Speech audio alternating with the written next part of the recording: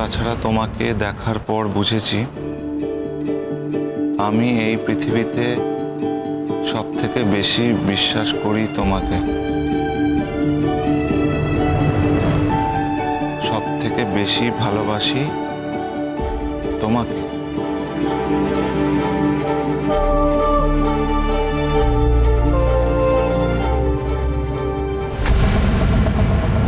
আমার একটা শুটিং চলছে, কয়েকদিনের কাজ বাকি আছে। কাজ শেষ হয়ে গেলেই আমি কলকাতায় যাব, আর যত তাড়াতাড়ি সম্ভব বিয়ে করে নেব।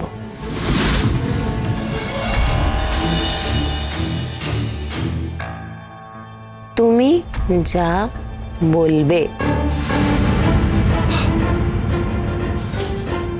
তুমি যা বলবে, তুমি যা বলবে। ওয়েট, তেমন হলে তুমি যদি মনে করো কলকাতাতেই আমাদের বিয়ের অনুষ্ঠান হতে পারে। হ্যাঁ, অফকোর্স, সেটাই তো ভালো হবে। লিখে দি তাহলে। মনে মনে বিয়ে তো আমাদের হয়েই গেছে। দুটো মনের মিলই তো আসল বিয়ে।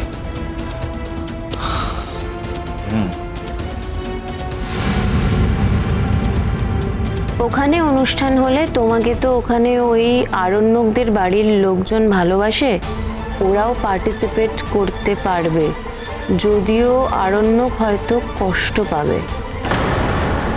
হ্যাঁ, সে আমরা তো পার্টিসিপেট করবই, সে আরণ্যক যতই দুঃখ পাক।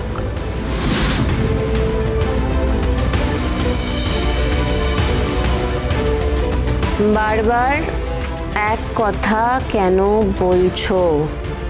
স্যারজির তো আলাদা জীবন, উনি তো একজনের সঙ্গে সম্পর্কে আছেন।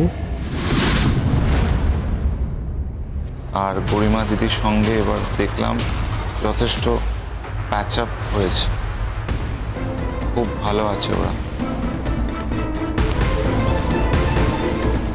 তাই ওকে, নো ইস্যু।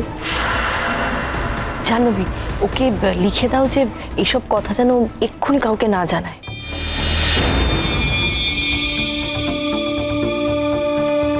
এই কথাগুলো আগে কোথাও বলো না।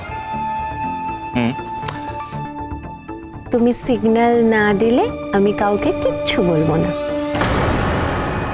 দেখো অবস্থা, দেখো এখন থেকেই বউয়ের কথায় উঠতে বসতে শুরু করে দিয়েছে।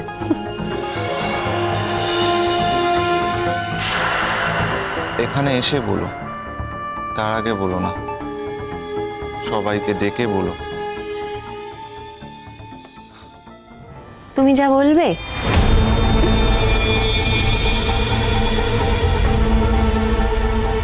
আসলে এরাই তো এখন অভিভাবক আমার। তোমার উচিত তুমি যে আমাকে বিয়ে করে সম্মানটা দিতে চাইছো সেটা সবার সামনে বলো।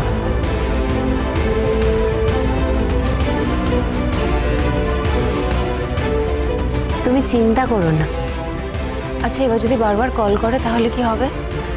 তুমি একটা কাজ করো, মেজো কাকামুনের একটা এক্সকিউজ দিয়ে দাও। ঠিক বলছো।